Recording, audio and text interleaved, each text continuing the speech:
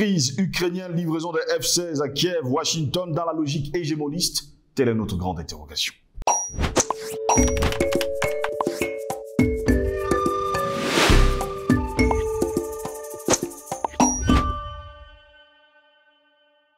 Madame, Messieurs, bonjour, bienvenue à toutes et à tous à cette autre édition de Parole panafricaniste.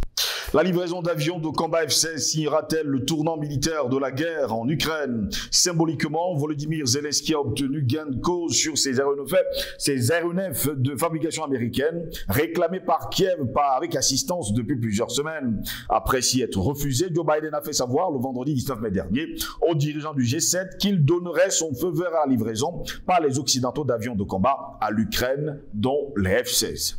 Au sujet de ces appareils surnommés Fighting Falcon, le président ukrainien a salué vendredi une décision historique des États-Unis. Cela va considérablement renforcer notre armée de l'air, a écrit Volodymyr Zelensky sur Twitter. Entrés en service dans l'US Air Force en 1978, les F-16 ont été d'abord développés par l'entreprise américaine General Dynamics et aujourd'hui par Lockheed Martin. C'est la raison pour laquelle l'accord de Joe Biden est indispensable, nous dit-on, en cas de livraison à un pays tiers. Dans un souci de protection de la technologie militaire américaine, le département d'État, l'équivalent du ministère des Affaires étrangères, donne donc ensuite son feu vert. Le Fighting Falcon présente, on le dit souvent, l'avantage d'être un avion de combat très répandu dans le monde. Plus de 4000 exemplaires ont été produits depuis son lancement précis. D'ailleurs, certains médias, jusqu'à preuve de contraire, il faut dire que selon le rapport 2023 de Fight Global Media, spécialisé dans l'aviation, 2184 de ces aéronefs sont encore en service, soit 15% de la flotte totale des bombardiers de tous les pays confondus. Il existe donc, en théorie, des milliers d'exemplaires disponibles de cet appareil. Nous nous posons justement la question de savoir, eux, ils ont le droit de fournir des armes à l'Ukraine, mais la Russie n'a pas le droit de recevoir des armes venant d'autres pays. Ce fut le cas d'ailleurs avec le problème avec l'Afrique du Sud qui avait dit justement donner des armes à la Russie. Finalement, Washington est sorti de l'ornière pour dire à l'Afrique du Sud de ne pas le faire. Il est possible donc de les mettre à niveau très rapidement assuré auprès justement de certains spécialistes. 3 jours avant l'aval, on va le dire comme ça, de Joe Biden, le général Jean-Claude Ayard, interrogé, déclare que ce feu vert américain permettra d'ajouter des capacités supplémentaires dans un domaine sur lequel l'Ukraine était un peu faible actuellement, à savoir la force aérienne et la capacité d'utiliser des avions de combat en soutien des forces terrestres. Et une question taraude justement, même les Occidentaux, est-ce que ces Falcons vont pouvoir aider l'Ukraine vraiment à gagner la guerre? Parce que pour bon nombre de spécialistes, c'est plié, la Russie a déjà tout pris. Kiev est depuis le début de la guerre, on nous dit défavorisé dans les airs. Le 19 janvier dernier, date du dernier recensement du site d'analyse militaire global Firepower, l'Ukraine comptait 187 aéronefs opérationnels contre 2091 pour la Russie. Et une question encore, qui compte les appareils de la Russie? Allez savoir, la livraison des F-16 permettrait, selon les Occidentaux, de combler peu à peu, on va le dire ainsi, cet écart. Voilà pourquoi nous également, nous nous interrogeons ce matin. Crise ukrainienne, livraison des F-16 à Kiev, Washington, dans la logique hégémoniste. Telle est notre grande interrogation. Pour répondre à nos questions, nous sommes avec Albert Anatola ici, journaliste d'investigation et directeur de publication du journal Le Cactus. Il est notre invité. Albert Anatola ici, bonjour, bienvenue à vous. Bonjour à vous, Sib. Je dis bonjour aux techniciens, bonjour au top management de Panafricanist TV. Je dis bonjour aux téléspectateurs qui nous regardent dans les diverses plateformes dédiées à cette télévision qui est encore en ligne, qui, nous le pensons, sera bientôt visible à partir du satellite.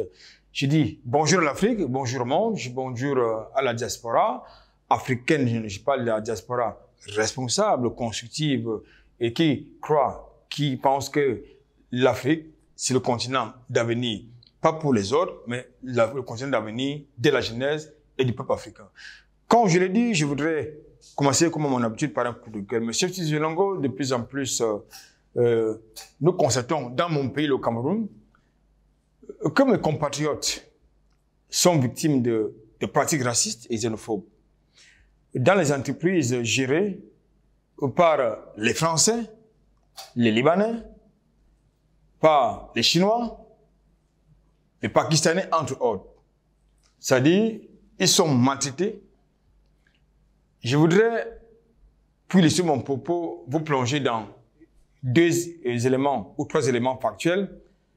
Vous avez appris l'incendie il y a quelques semaines de la société Acero Metal du côté de Bonabéry qui était dirigée par des Pakistanais. Il s'agit d'une fonderie. Est-ce que vous pouvez imaginer cet instant que vous avez des individus, des personnes, des êtres humains qui travaillent dans une fonderie sans aucun équipement de protection individuelle? Une fonderie, c'est au minimum 1000 degrés de chaleur. 1000 degrés, minimum. Mais vous avez donc des gens qui travaillent dans ces conditions, quelquefois, dans des conditions non seulement de travail qui sont difficiles, mais également dans des conditions salariales inacceptables. Et nos dirigeants sont au courant de cette histoire. Vous avez la société Long Metal, c'est du côté de, comment vous appelez ça? La zone industrielle? Non, la zone industrielle de Bassa. Oui. Vous avez la société Prometal, c'est du côté, toujours du côté de la zone industrielle de Bassa, où vous avez des citoyens camerounais qui sont maltraités de ce côté-là, parce que Long Metal, c'est une société chinoise co-dirigée avec des Camerounais. Vous avez Prometal, qui est une société libanaise, franco-libanaise. Donc, voilà. Non seulement ils maltraitent nos compatriotes, qui n'ont pas de bons salaires, quelquefois qui sont victimes d'accidents de travail, qui ne sont pas pris en charge, mais tout simplement licenciés, qui perdent l'emploi, sans aucune prise en charge, ni versement de droits sociaux. Tout cela se passe au nez et à la barbe de nos dirigeants. Mais en plus, vous avez ces sociétés-là qui polluent. Je pense qu'il est important d'interpeller nos autorités, qu'ils ont la lourde responsabilité de protéger d'abord leurs concitoyens et non de céder à la corruption, parce que, il faut le dire, ces gens vont corrompre la plupart de nos autorités. C'est pour ça que nos autorités, pour la plupart, n'ont perdu leur autorité, justement. Quand vous partez vous plaindre dans les instances compétentes, eh bien, ce sont vos bourreaux qui ont raison sur vous, parce que nos autorités, tout le système est corrompu. Merci pour l'invitation. Et c'est une bande de corrompus. Comme le déclarait de Reds dans le XVIIe siècle, lorsque ceux qui commandent ont perdu la honte, ceux qui obéissent perdent le respect. Albert Anatole, ici, une question nous taraude l'esprit. Livraison de F-16 à Kiev. Washington est finalement dans la logique hégémoniste. La réponse est oui. Et nous allons le démontrer. Dans le contexte de la crise ukrainienne, c'est-à-dire de la guerre, de l'opération militaire spéciale russe en Ukraine, vous avez un certain nombre de démarches visant à la négociation pour un retour à la paix qui ont été engagées à la fois par l'Arabie Saoudite, à la fois par l'Égypte, mais tout récemment encore, disons pas l'Union africaine. C'est ce qu'ils ont dit. Il s'agit donc d'une mission de paix de l'Union africaine qui est portée par le président sud-africain, une mission de paix qui est organisée par un Français qui s'appelle Jean-Yves Olivier, qui a la fondation Brazzaville et qui est le président fondateur de la fondation Brazzaville et qui s'est enrichi sur le continent africain dans l'exploitation minière, c'est-à-dire un d'affaires sulfureux proche de l'Élysée. Dans le contexte donc de cette mission de paix, il s'est tenu il y a quelques semaines du côté du Hiroshima au Japon, le sommet des mondialistes du G7. Et au cœur de ce sommet, il y avait un invité assez spécial, un clone dans son ancienne vie, qui est devenu président de l'Ukraine et qui, comme par enchaînement, il est devenu un modèle, il est devenu un héros mondial, alors qu'il y a quelques années, il était présenté comme un corrompu. Qui est donc arrivé là-bas, dans l'avion de Jupiter, présenter une fois de plus la doléance de la fourniture d'armes. Cette fois-ci, ce ne sont plus les munitions, ce ne sont pas les chars, ce ne sont pas les canons César, ni Léopard, ni Tigre, mais ils demandent maintenant cette fois les F-16. Oui. Et bien évidemment, comme vous l'avez dit dans votre introduction, comme c'est le pays de Joe Biden qui fabrique ces machins-là, ces engins de mort, il fallait son OK Alors, il a donc donné son OK pour que tous les pays qui en disposent puissent s'engager dans une sorte de coalition internationale, une fois de plus, pour fournir ces machines de guerre à l'Ukraine. Deuxième chose, il paraît que ça va prendre un peu de temps parce qu'il faudra former les pilotes ukrainiens au maniement de ces engins de mort. Et vous avez au moins deux pays européens qui se sont portés garants de former les pilotes ukrainiens. Vous avez la Grande-Bretagne et surtout la France, qui sont portés garants de former, justement, les pilotes ukrainiens. Nous sommes là dans une sorte d'hégémonie. C'est-à-dire que, comme vous le savez déjà, Washington vit sa survie du côté, sa survie géopolitique, des hégémonies mondiales et du dollar du côté de l'Ukraine. Vous savez que l'effondrement de l'Ukraine, ce qui est inévitable, va consacrer la mort du dollar. C'est à cela que le bloc occidental joue sa survie. Je parle du bloc européen qui est vassalisé par les États-Unis. Lesquels États-Unis sont bientôt en cessation de paiement, vous connaissez, qui sont hyper surendettés. Donc, voilà donc ce pays-là qui a donc décidé, au mépris du droit international, qui brandissent aux autres, de fournir, au mépris de toutes les démarches qui visent à une sorte de négociation pour la paix, il choisit plutôt la guerre. C'est-à-dire de continuer à fournir les armes à l'Ukraine. Donc, en fait, Washington ne s'inscrit pas dans une perspective de sortir par voie de négociation, par voie de paix. Non. Washington pense qu'il faut continuer à fournir les armes à l'Ukraine pour protéger le dollar américain, protéger surtout, n'est-ce pas, les intérêts américains qui sont du côté de l'Ukraine, mais davantage justement pour faire fonctionner les complexes militaro-industriels américains. Donc nous sommes dans le business, quitte à ce que tous les millions d'Ukrainiens peuvent mourir, mais dès lors que ça se passe très loin des milliers de kilomètres de Washington, il n'y a pas de problème. Voilà la situation. Ils vous ont dit qu'ils n'étaient pas en guerre contre la Russie, n'est-ce pas? Je pense qu'au travers, une fois de plus, ces gestes des États-Unis en faveur de l'Ukraine, nous avons la preuve qu'il y a une coalition internationale en Ukraine contre la Russie. C'est tout à fait clair. Donc, vous avez également indiqué cela, c'est-à-dire que Washington a le droit,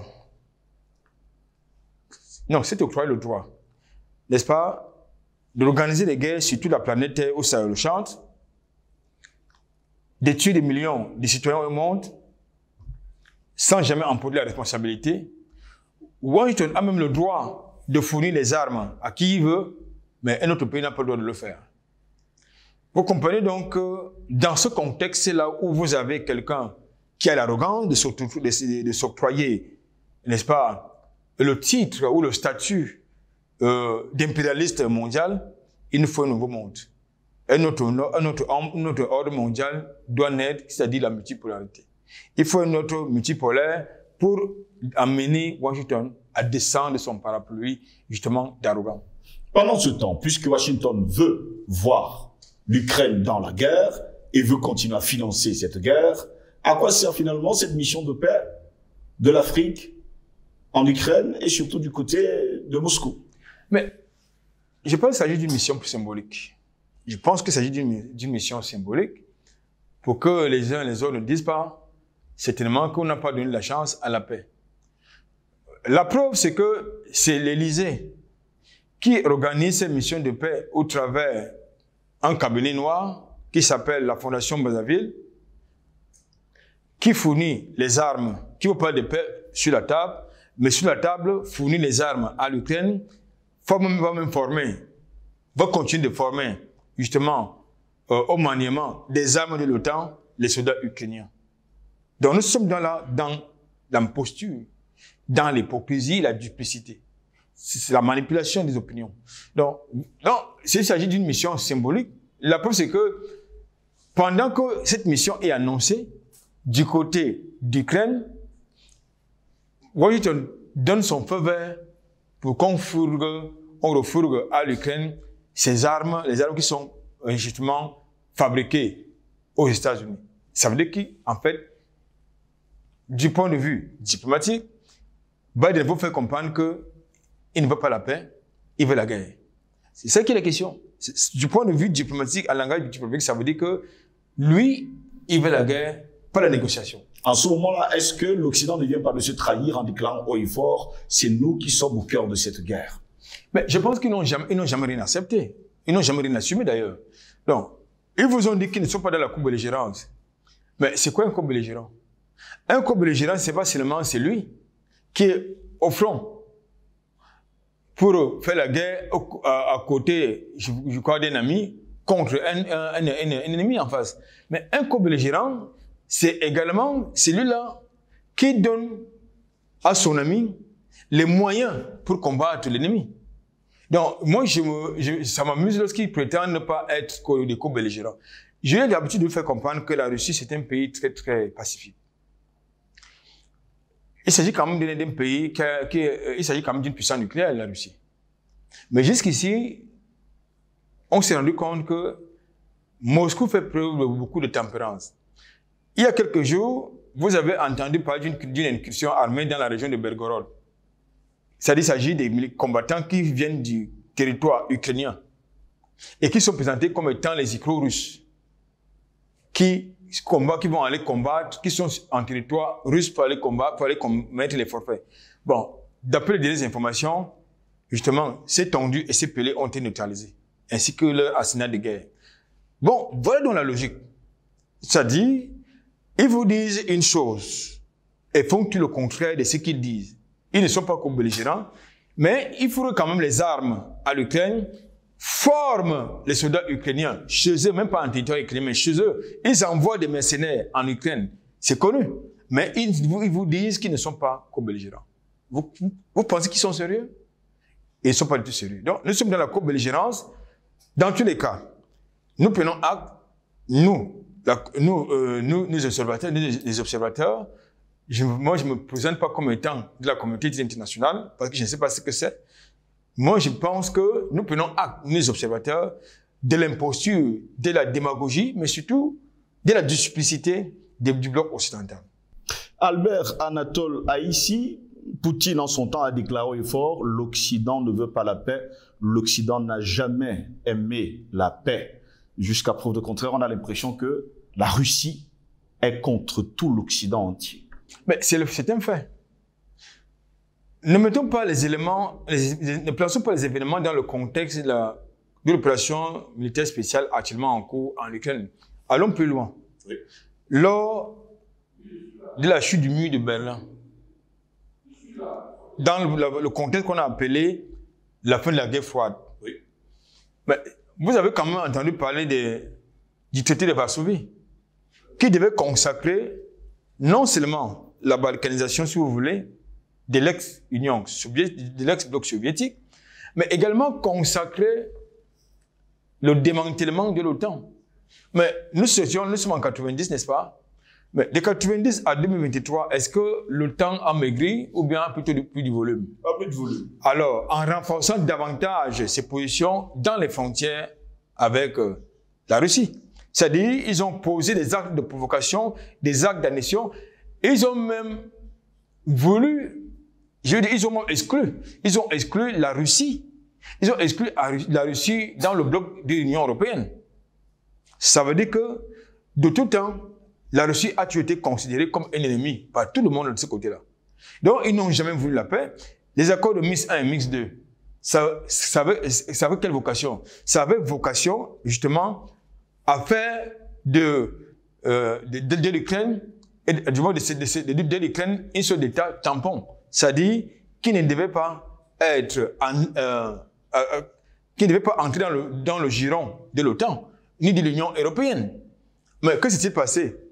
Ils ont décidé que l'Ukraine va entrer et était membre de l'Union européenne, que l'Ukraine va entrer dans l'OTAN. Est-ce que ces gestes, d'après votre analyse, votre observation, sont l'exemple Ulysse alors que ces gens veulent la paix. Non, ils ne veulent pas la paix. Ils n'ont jamais voulu la paix. Ils ont toujours été dans la logique de la confrontation. Quitte à ce que tous les Ukrainiens meurent parce que ce sont eux. Mais ils s'en foutent. Mais ces gars, ils n'ont rien à... Attendez, que ça leur... Attendez, ça leur dit rien. Est-ce que c'est leur premier fait d'armes de tuer? Ça ne leur dit rien. Dès lors qu'ils n'ont pas de compte à rendre. Combien de Yougoslaves le temps a-t-il tué? Combien de Libyens le temps a tué du côté de la Libye, en Irak, en Afghanistan, entre autres? Combien de Syriens ont été tués? Ils n'ont rien à foutre. Dès lors qu'ils ont le pétrole, dès lors qu'ils ont l'uranium, dès lors qu'ils ont les ressources dont ils ont besoin là-bas, ça ne leur dit rien. Ça ne leur dit absolument rien. Ce qui les intéresse, c'est leurs intérêts. Dès lors que ce ne sont pas les Français qui crèvent, dès lors que ce ne sont pas les Américains, les vrais, dès lors que ce ne sont pas les Britanniques, les vrais qui crèvent, ils n'ont rien à cirer. Admettons une admission aujourd'hui, c'est d'ailleurs la question que se pose bon nombre de bons observateurs. Si la Russie aussi prenait l'initiative d'appeler ses amis à la rescousse, on passerait immédiatement à la Troisième Guerre mondiale. Dans tous les cas, nous ne sommes pas très éloignés parce que la Russie, dans le contexte des déclarations de Biden, de l'accord de Biden, a fourni les F-16 tant réclamés à l'Ukraine. La Russie a indiqué clairement qu'elle prendra ses responsabilités.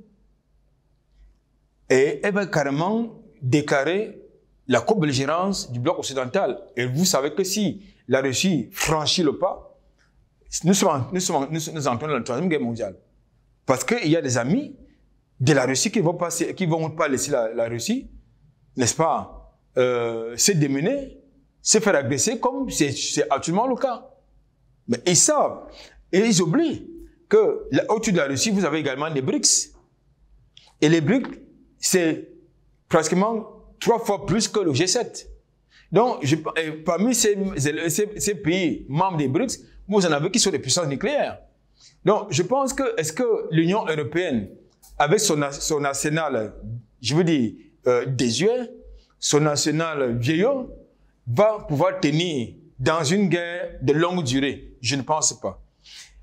Les États-Unis, conséquemment sur le parapluie sécuritaire des États-Unis, je leur souhaite une bonne chance, n'est-ce pas, de continuer à compter sur les États-Unis et à se faire vassaliser par les États-Unis dans ces provocations, dans ces hégémonies, je veux dire, dans ces délires hégémonistes.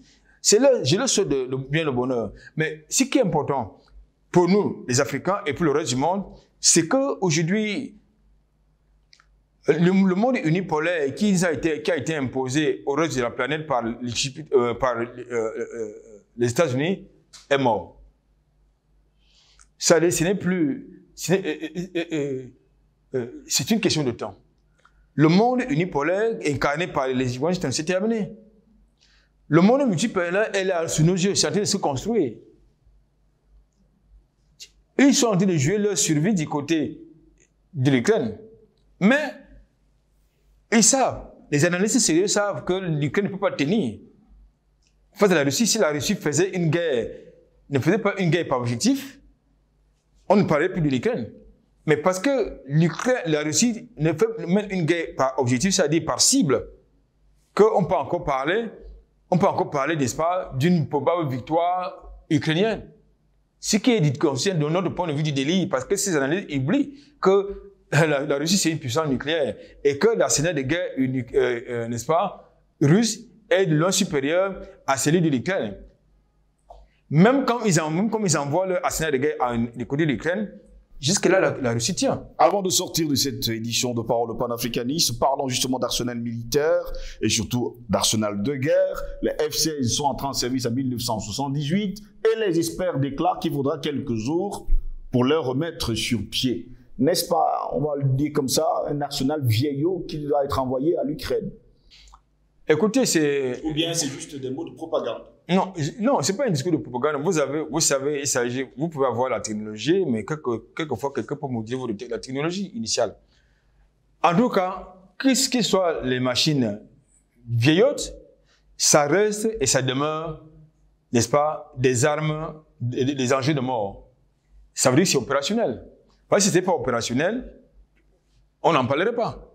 Donc, ça reste opérationnel. Il décrive les F-16 comme étant les meilleurs, qui sont multifonctionnels.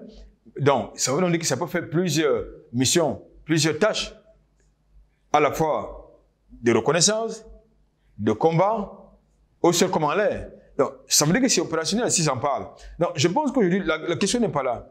Que ce soit les avions qui datent de Mathusalem ou qui sont neufs, non.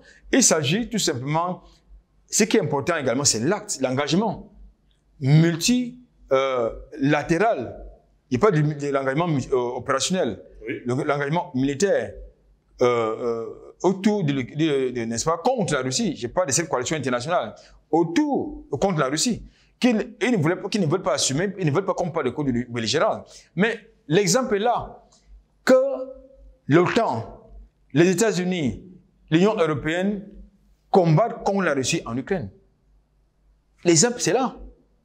Ça se dans nos yeux. Tout autre discours, c'était de la propagande.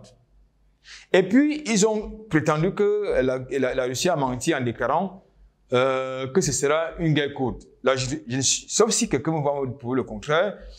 La Russie, en tout cas... Ce sont les États-Unis qui avaient déclaré que ce serait une guerre courte qui ne durera pas très longtemps. Poutine n'a jamais déclaré que ce serait une guerre courte, ou longue, ou moyenne. Poutine a dit qu'il s'engageait dans une opération de dénazification et de démilitarisation de l'Ukraine. Point barre. Est-ce que c'était une opération qui devait être longue, courte, moyenne? Je ne suis pas sûr qu'il a tenu ses propos. Donc aujourd'hui, vous avez donc, du fait de sa durée, vous avez donc des analystes de pacotille, de ce côté-là, qui vous disent que Poutine a menti en déclarant que ça devait être une guerre de courte durée. C'est Poutine qui l'a déclaré, je vous dirais que ce n'est pas Poutine qui l'a déclaré, c'est l'Occident qui l'a déclaré. Ce sont eux qui le disent. Que Poutine a menti en déclarant que ce sera une guerre de courte durée. Voilà donc comment ils formatent les esprits avec leur discours partisan, désinformant, mais surtout manipulateur. En tout cas, qu'elle soit de longue, courte ou à moyenne durée, la guerre est revenue sur le continent européen. Eux qui pensaient que c'était un modèle de démocratie, de stabilité, nous constatons aujourd'hui que l'Occident est nu comme le roi. Merci à vous, Albert Natoula, ici d'avoir été des nôtres. C'est fut un plaisir. Et comme on le dit très souvent en psychologie, ce que l'œil voit, ce que l'oreille entend, l'esprit finit par le croire. Faites donc attention à ce que vous regardez, à ce que vous entendez, parce que votre vie est en jeu. Au plaisir de vous retrouver très prochainement. Nous vous souhaitons de passer une belle journée.